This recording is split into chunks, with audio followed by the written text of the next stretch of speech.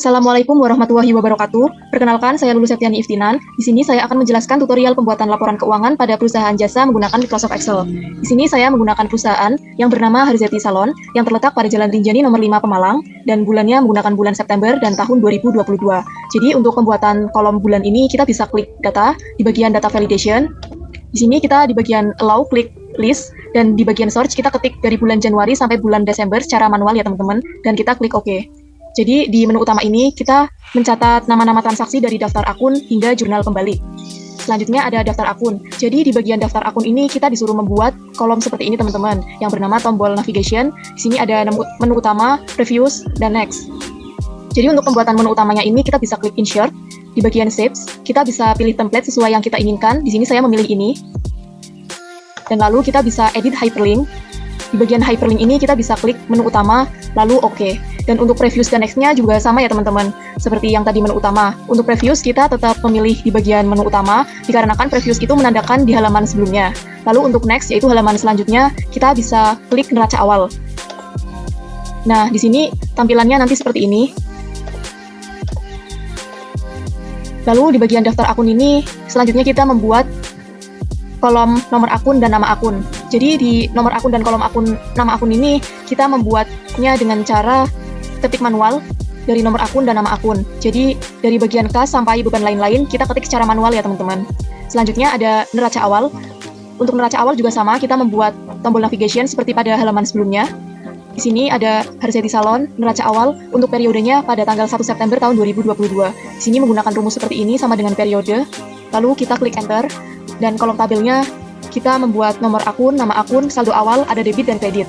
Jadi untuk nomor akun dan nama akun ini kita bisa copy paste di bagian daftar akun ini teman-teman. Kita bisa klik Ctrl C, lalu kita Ctrl V. Dan untuk debit dan kreditnya ini masih Rp0 dikarenakan belum ada transaksi. Selanjutnya ada customer dan supplier. Di sini ada kode customer, nama customer, dan saldo awal. Untuk kode customernya ada C01 dan C02. Untuk nama customernya ada PT Jaya dan PT Rezeki. Dan saldo awalnya juga masih 0 ya teman-teman. Selanjutnya ada jurnal umum. Di sini jurnal umumnya periode 1 September tahun 2022 menggunakan rumus seperti ini. Lalu klik enter. Di sini untuk kepala tabelnya ada tanggal, nomor bukti, kode customer dan supplier, keterangan, kode, debit, kredit. Jadi untuk debit dan kredit ini ada nama akun beserta jumlahnya ya teman-teman. Nah lalu untuk bagian tanggal, nomor bukti, keterangan, kode, jumlah, itu kita ketik secara manual. Jadi tanggalnya ini kita ketik secara manual, nomor bukti pun juga sama.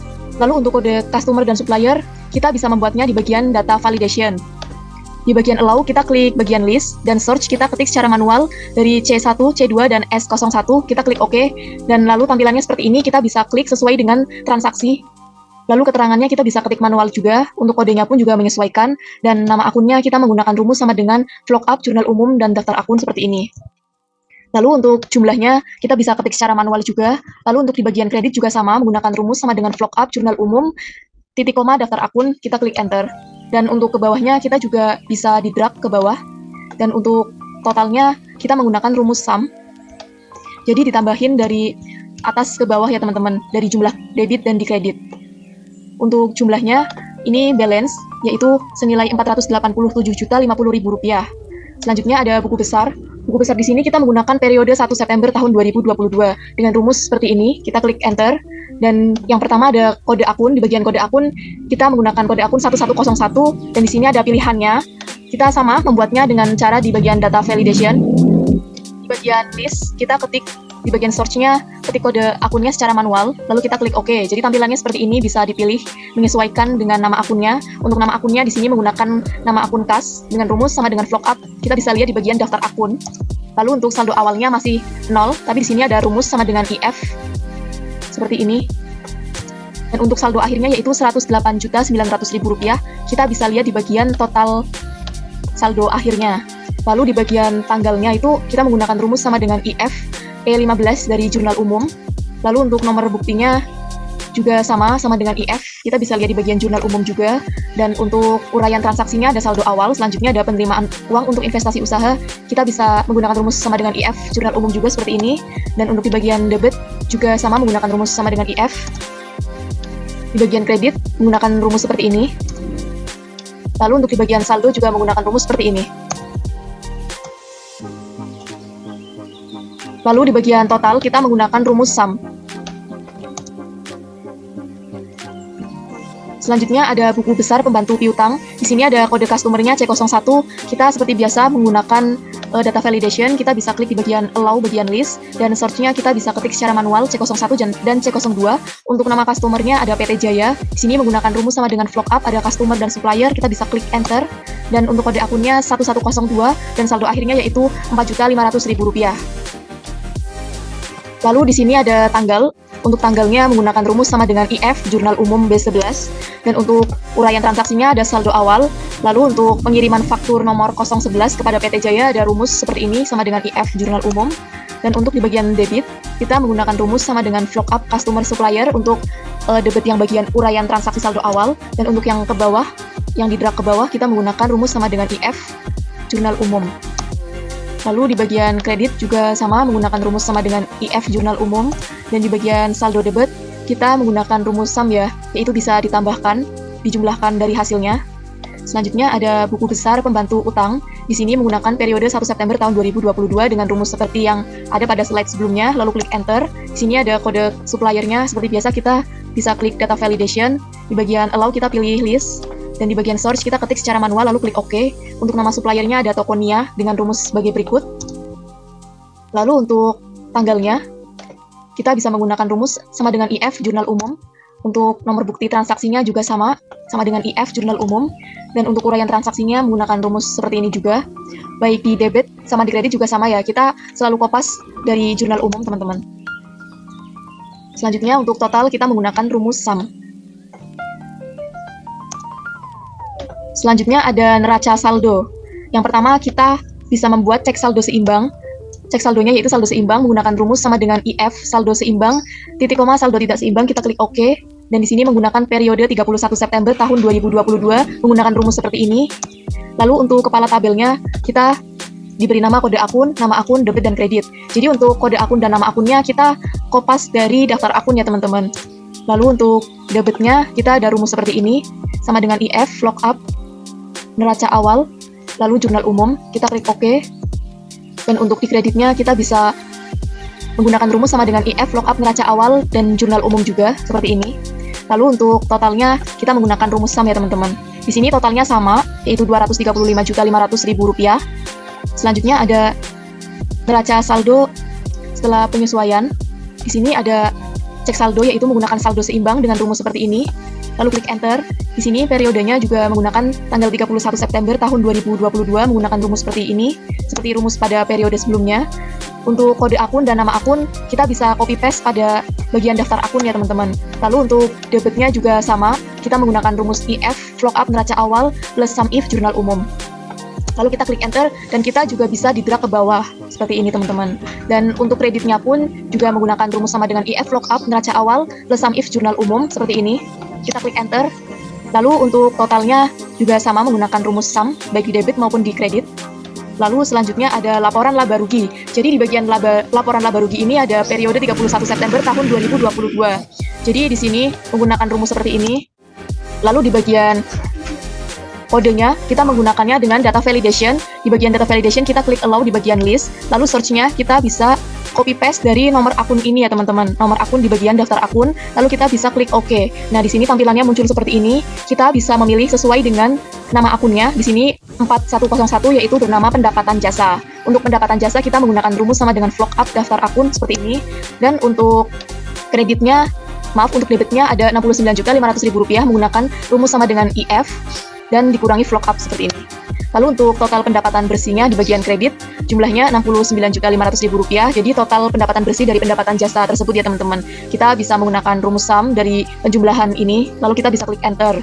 Lalu untuk beban-beban yaitu beban gaji sampai beban lain-lain, untuk kode akunnya kita bisa pilih seperti tadi yang sudah diterangkan di awal. Di sini beban perlengkapannya juga bisa copy paste di bagian lookup daftar akun. Lalu untuk debitnya menggunakan rumus lookup seperti ini dari NSSP. Jadi untuk beban gaji, untuk beban-beban kita bisa copy paste di bagian neraca saldo setelah penyesuaian ya teman-teman. Jadi total beban di antara beban gaji sampai beban lain-lain totalnya yaitu Rp33 juta. Jadi untuk laba bersihnya kita bisa dikurangi dari total pendapatan bersih, dikurangi total beban, hasilnya yaitu Rp36.500.000. Jadi Rp69.500.000 ini dikurangi sama 33 juta ini. Jadi hasilnya segini. Lalu selanjutnya ada laporan ekuitas. Di sini periodenya 31 September tahun 2022 menggunakan rumus seperti ini ya teman-teman. Dan di sini di bagian kepala tabel ada keterangan, lalu ada modal awal per 1 September tahun 2022 kita ketik secara manual. Dan untuk modal awal per 1 Septembernya kita bisa dilihat di bagian neraca saldo F22. Jadi untuk modal awalnya itu ini ya teman-teman. F22 yaitu modal Nyonya Septi sebesar Rp150 juta. Lalu di sini ada laba rugi periode berjalannya Rp36.500.000 dan untuk price-nya dikurangi minus, jadi minus Rp36.500.000. Lalu untuk penambahan atau pengurangan modalnya kita bisa menjumlahkan sum dari tambahan modal sampai price. Lalu kita klik enter, tetapi di sini tidak ada penambahan atau pengurangan modal. Lalu modal per 31 September 2022-nya yaitu Rp150 juta dari modal Nyonya Septi tadi. Selanjutnya ada laporan neraca. Di sini menggunakan periode 31 September tahun 2022 menggunakan rumus seperti ini. Dan di sini di bagian kepala tabel ada aktiva dan pasiva. Jadi untuk aktiva yaitu aktiva lancar. Untuk aktiva lancar di bagian kode akunnya ada 1101 yaitu kas. Kita menggunakan rumus sama dengan IF lookup daftar akun. Dan di bagian nominalnya kita bisa menggunakan rumus sama dengan IF lookup neraca awal plus sum if jurnal umum seperti ini.